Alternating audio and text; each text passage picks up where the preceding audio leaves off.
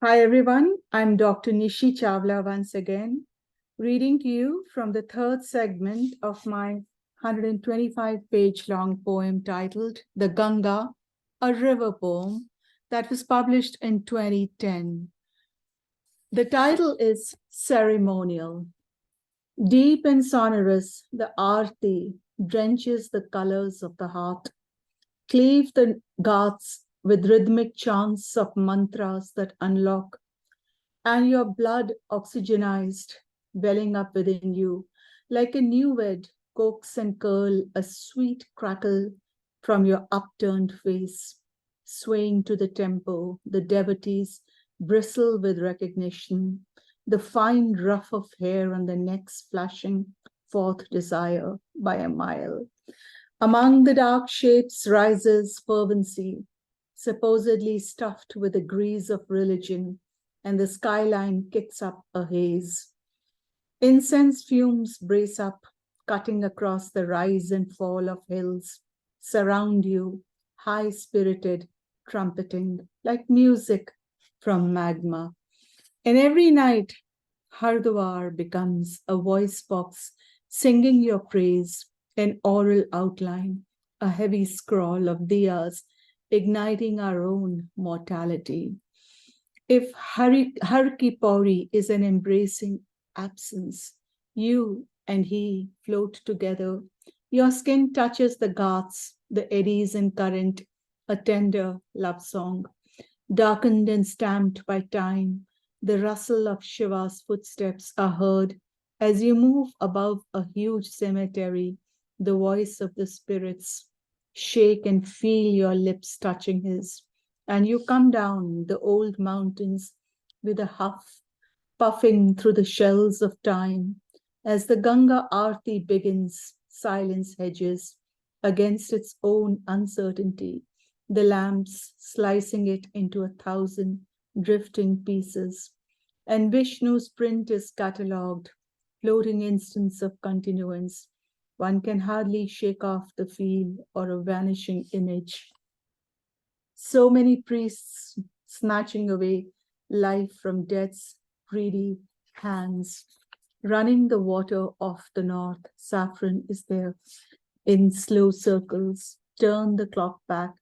A brother's meditation on the footsteps, gorgeous words carved in love like sags in the hollow of your hands. You watch, impassive yet earnest, as 1,000 lamps cross and twitch. As if on a chain, your bare skin will soak up the mush. A song glides over you. Oh, moves fast and slow, moves into your gullet. And that perhaps explains your moving moods. A grand orchestra sprung on you, like music of the gods, one of yours only. A mystical union of lights and song, final physics. The priests position their bowls of fire, the diyas and flowers, a tangle of yellow magic, the gongs from the temples, mingled track. A comfort food of the gods, prasad that is handed over, swirled and caught in between, scrambling hands, true and best. Such holy offerings form a slow reminder, select, unnumbered.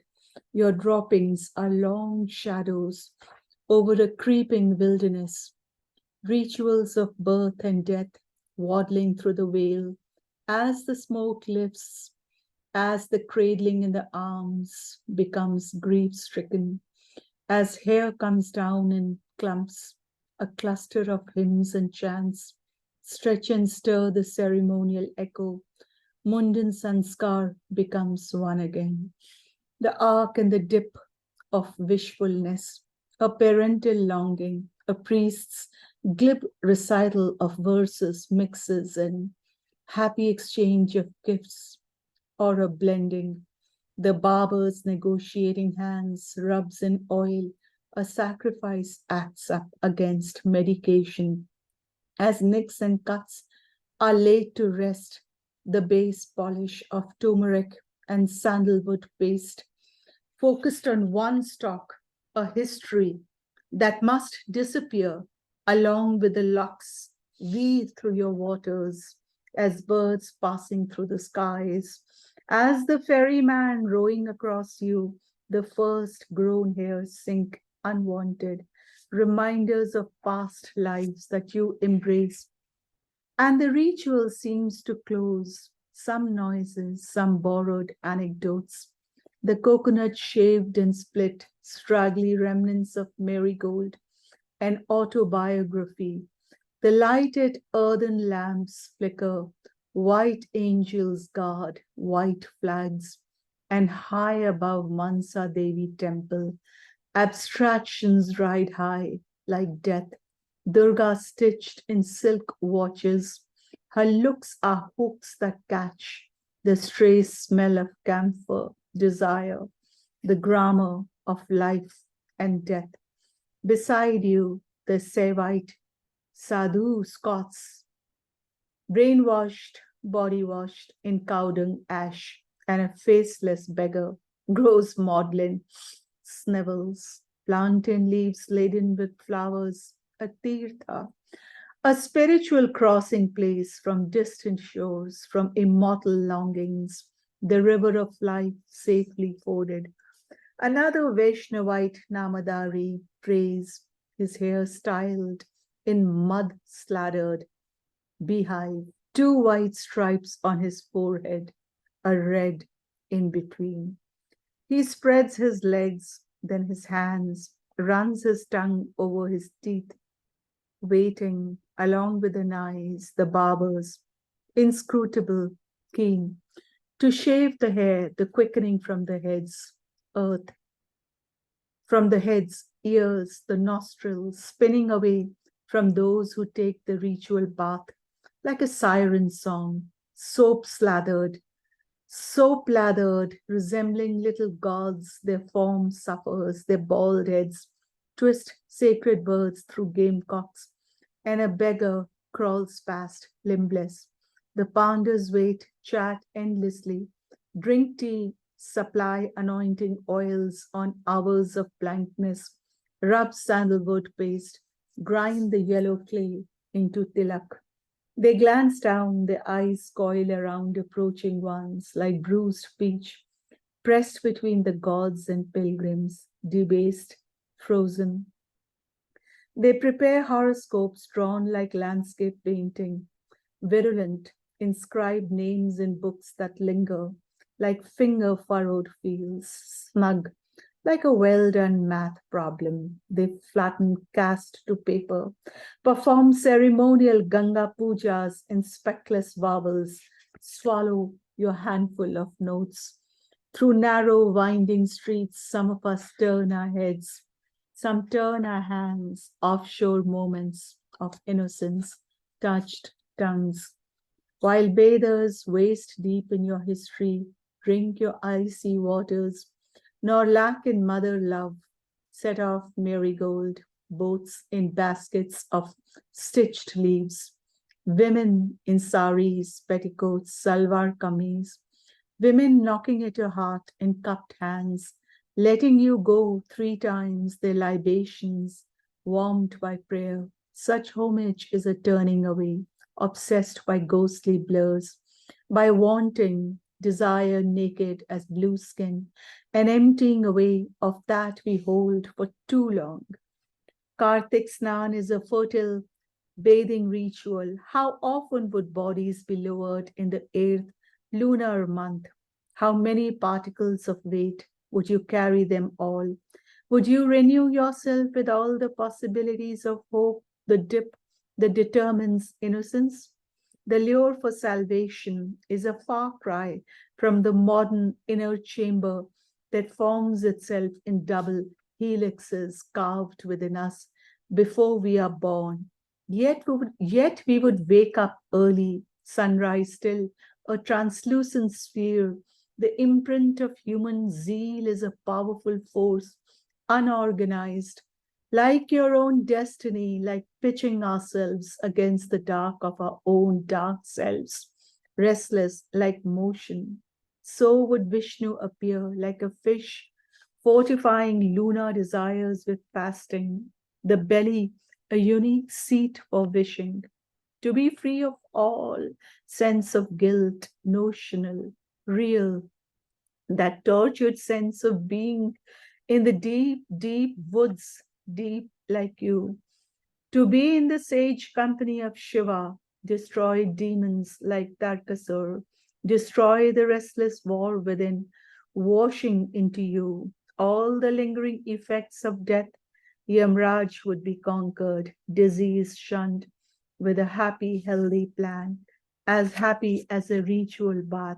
So would women rise, so would they perform deep dan, light earthen lamps, burn the jet fuel of life in your caress. So would water splash, spitting against the morning ether, send surmounted immortality to float over mountains and fields, rising like the human spirit after an ablution at Panchaganga Ghat, forms a thin gold rim, almost as if the gods too descend to meet it. And the moon turns around, robustly round, stepping on the flap of the meeting ground, wading deep as men and gods mix amidst Vedic chants. The strange presence of this union is strangely felt, enveloping them, enveloping you. One can only ponder on miracles, the rhythm of Jai Ganga, a backdrop, the blind color of faith, serenely lit. Open the flare of the mind, friendships forms a clenched fit, and folk songs draw all over the signposts of mystical rites and essence, slow moving like a carver petrol. They like a carver patrol their vessel of Ganga Jal.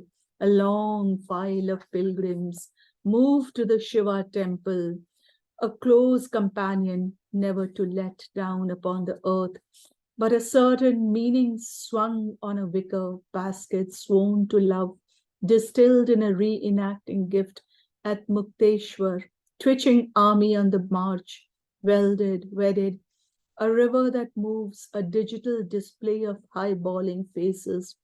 Your natural course doubled in hot months that would burn, wash down prayers from the hilltops. If they could sling their love on poles, make a sport of pilgrimaging, to rig your origins on saffron scarves, scatter love on marigold, walk bare feet toward your body of water, into a river of penance, as a strange web of connection, a char dham yatra between love and longing, patterns of devotion mixing earth and water together. Walk or ride across eastern ridges, Kedarnath and Badrinath turn. Within patterns of time, swallow a handful of notes. At rest, stops. Between myth and history, the shrine at Yamunotri swells with love. Pivot its knees in Garhwal mountains, breathes new waters as Yamuna flows. Its furrows split into hot springs, like memory loitering into an eternal present.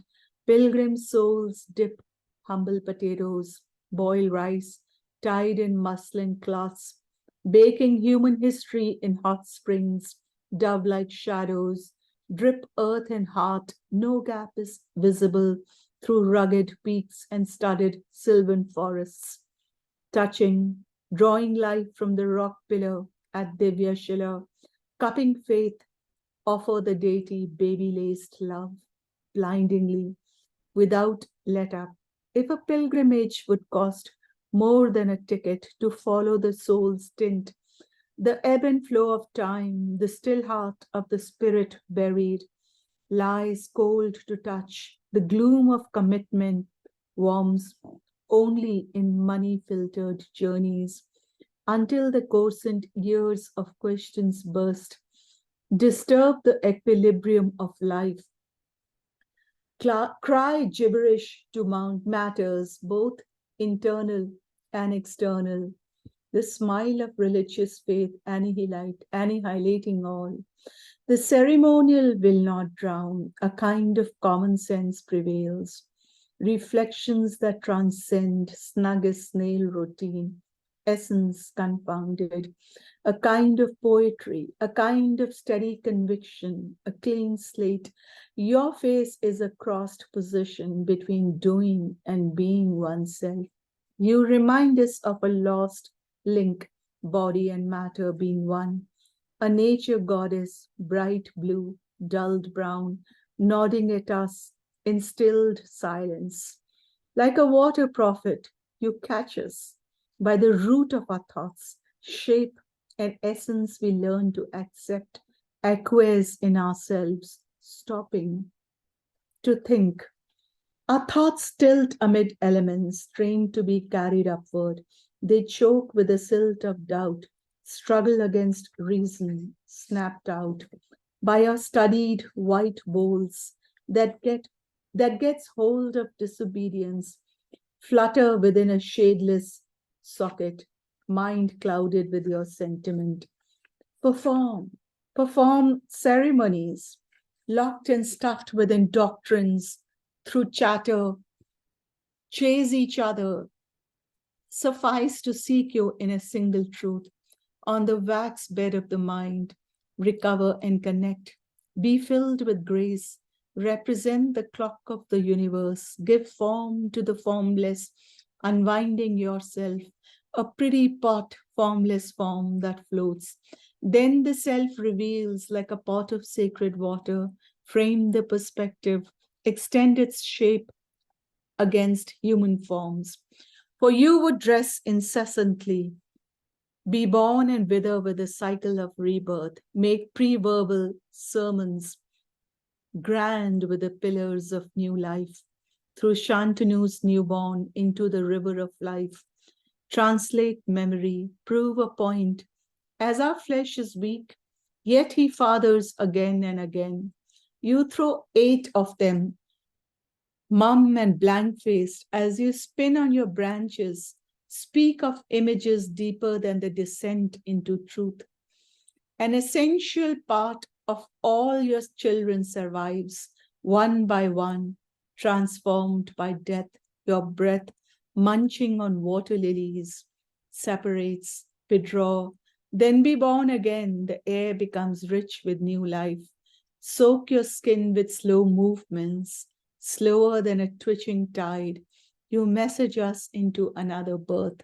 You message us another birth, returning us to ourselves. Heads droop out from raw wombs.